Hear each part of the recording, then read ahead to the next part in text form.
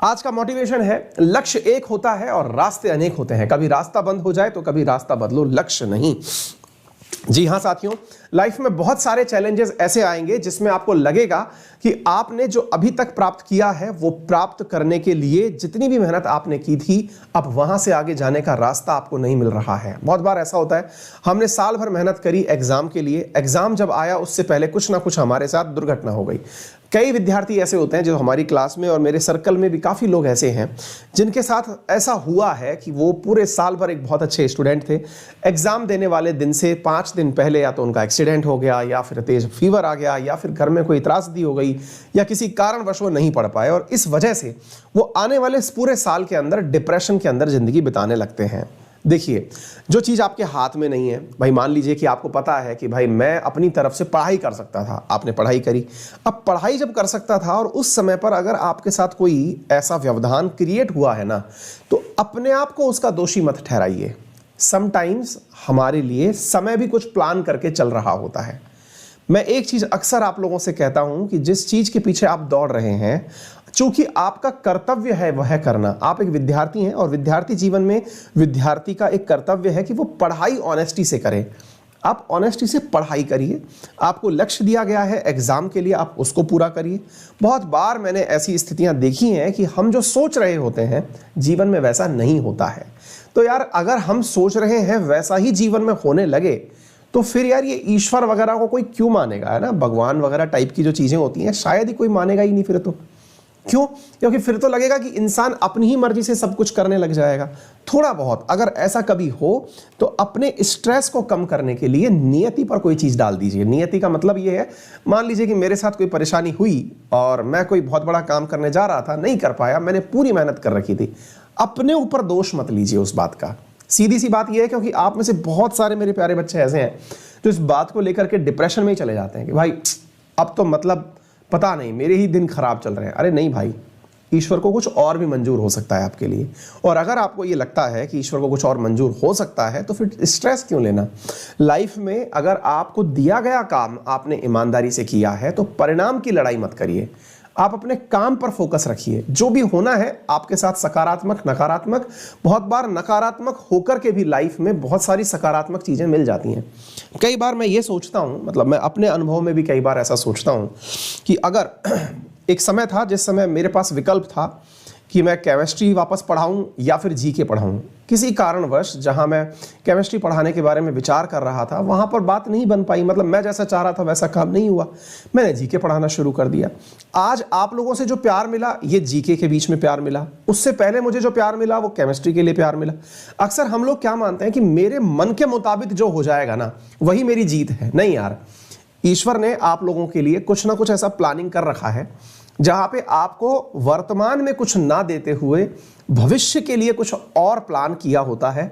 वो हमें आज तो नजर नहीं आता, आज तो हमें वो फेलियर लगता है, लेकिन अगर हम अपने पास्ट में जाकर अपने सारे पॉइंट्स को मिलाने लगते हैं, जिन्हें कनेक्टिंग द डॉट्स कहते हैं कि यार मैं यहां पर था, फिर मैं यहां पहुंचा, फिर मैं यहां पहुंचा, फिर आपको ना आज की जो आपकी स्थिति है ये पास्ट से जस्टिफाई होती हुई दिख जाती है कि हाँ यार, इतिहास में जो भी घटनाएं मेरे साथ हुई है ना वो मेरे आज के लिए जिम्मेदार थी।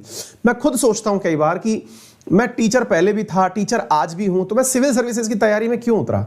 एक बहुत ही लॉजिकल सा सवाल बनता है, मैं तब भी टीचर था, आज भी टीचर हूं, और मुझे लगता है कि मैं भविष्य में टीचर ही रहूंगा, मतलब टीचिंग मेरे अंदर से नहीं जा सकती, ये जो चीज है ना। तो फिर मैं सोचता हूं कई बार कि यार ऐसा क्यों हुआ, तो फिर अंदर से ख्याल आता है कि यार ये इसलिए हुआ क्योंकि तब आप जिन विद्यार्थियों को पढ़ा रहे थे उनसे कहीं ज्यादा और विद्यार्थी भी पढ़ाने थे, आपको अपने लाइफ में कुछ और मुकाम भी थे जो ईश्वर आपको उस तरफ ले जा रहा था। इसलिए ना कुछ चीजें नियति पर भी छोड़िए। मैं ये तो नहीं कहता कि आप सब कुछ किस्मत पर छोड़ दीजिए, लेकिन जब आपने पूरी मेहनत कर ली हो और पूरी मेहनत करने के बाद भी आपको मनोवांछित फल ना मिल रहा हो ना, तो उस समय उस पर्टिकुलर स्थिति को ईश्वर पर छोड़ दीजिए और ये मानिए कि इसका मतलब अब जो होगा वो सबसे बेस्ट होगा, क्योंकि अब मेरी नहीं चली, इसमें मेरी नहीं चली, ईश्वर की चली, और जब ईश्वर ने खुद निर्णय लिया है तो मेरे लिए अच्छा ही लिया होगा। आप अपना जो सकारात्मक होने का एक्सट्रीम है ना, ये उस समय दर्शाइए जब आपने संपूर्ण मेहनत की हो और आप परीक्षा में बैठ ही नहीं पाए, तो उस समय बजाय निराश होने के आप ये सोचिए कि वाह, इससे बेस्ट मेरे लिए क्या हो सकता है? खुद ईश्वर ने आकर के मेरे इस रास्ते को बंद किया है। दैट मीन्स उसकी नजर में मैं हूं, मतलब मैं उसकी नजर में हूं कि भैया मुझे कुछ और करने के लिए बनाया गया है। समझ रहे हैं आप मेरी बात? ये सकारात्मक अप्रोच आप अपने लाइफ में लेके आइए, क्योंकि जीवन में जो हम अपने हिसाब से चाह रहे हैं ना, वो मिल जाए, हम खुद भगवान बन जाएंगे यार। हमने जो चाहा अगर हमें वो मिल गया तो फिर हम भगवान को पूछेंगे क्यों यार, है ना? हम नियति को मानेंगे ही नहीं। फिर तो आप में और रावण में क्या अंतर रह जाएगा? रावण भी तो यही चाहता था ना कि उसका जीवन जो है, उसके जो ग्रह दशाएं हैं वो उसके कंट्रोल में हो जाए, समय को कंट्रोल करना चाहता था। छोड़िए इसको, इस चीज को थोड़ा सा ईश्वर पर छोड़िए, थोड़े से आस्तिक बनिए। और जो व्यक्ति अपने ऊपर किसी और अलमाइटी का आशीर्वाद मानता है, वो व्यक्ति बहुत ज्यादा सकारात्मक होता है। उसको उसके अंदर स्ट्रेस की कमी हो जाती है, उसे ऐसा लगता है कि अब तनाव नहीं है। इस चीज को अपना के देखिएगा। अगर थोड़ा भी परिवर्तन मेरी क्लास में से 10-5 बच्चों के जीवन में ये लाइन लेके आए तो इस लाइन की सार्थकता स्वतः ही प्रूव हो जाती है। तो चलिए आज के सेशन की शुरुआत करते हैं। हर्षिता, लवकुश, अनिल, ऋतु, तेजस्वी, सुमन, कुसुम, रोशनी, ईशान, बाबर, निशांत, विनोद, सलोनी, अमिया, गुंजन, सभी साथियों को वेरी गुड मॉर्निंग। सेशन को जल्दी से शेयर कर दो और पढ़ना शुरू करो। आज जो मैंने पंक्तियां बताई हैं, इनको ना एक बार प्रैक्टिकली लाइफ में अनुभव करना, और आज एकदम मतलब आश्वस्त होकर के सोचना कि मेरी मेहनत के बाद मुझे कुछ नहीं मिल रहा है, इसका मतलब कुछ अच्छा होने वाला है, क्योंकि उसकी नजर में डायरेक्ट हूं मैं। ठीक है ना? जो अपनी मर्जी के मुताबिक कुछ भी कर ले जाए, फिर उसको अपने ऊपर इतना विश्वास हो जाता है कि फिर उसमें और रावण में कोई कमी नहीं रह जाती। रावण को भी कहते हैं ना सबसे बुद्धिशाली व्यक्ति था, लेकिन फिर भी मरना पड़ा उसको, मारना पड़ा। मारना पड़ा। सबसे बुद्धिमान व्यक्ति था, है ना? हर चीज को अपने मुताबिक करना चाहता था कि नहीं मैंने ये चाह लिया तो यही होगा। हम तो यार इंसान है ना, और इंसान में भी एक ऐसा इंसान जो कि सकारात्मक है। ठीक है बेटा, चलिए आगे चले। एक विद्यार्थी लिख रहे हैं कि इंटरव्यू में हेल्प करनी है, किस चीज की? एसएसबी इंटरव्यू के लिए हाफ मैन। बेटा एसएसबी के पॉइंट ऑफ व्यू से क्या किया जाए, आप मुझे कन्वेक्ट बता सकते हैं। मैं मतलब हालांकि जो बातें मैं बोलता हूं इंटरव्यू के अंदर, अक्सर यही सारे विषय जो मैं आपसे डिस्कस करता हूं ये मिल जाएंगे आपको, वहां पर पूछे जाएंगे। और एसएसबी हो या कोई सा भी इंटरव्यू हो, क्योंकि मैंने अभी तक जिस भी इंटरव्यू में मैं बैठा हूं, बाय गॉड ग्रेस मैंने वहां पे एक्सीलेंट मार्क्स ही प्राप्त किए हैं।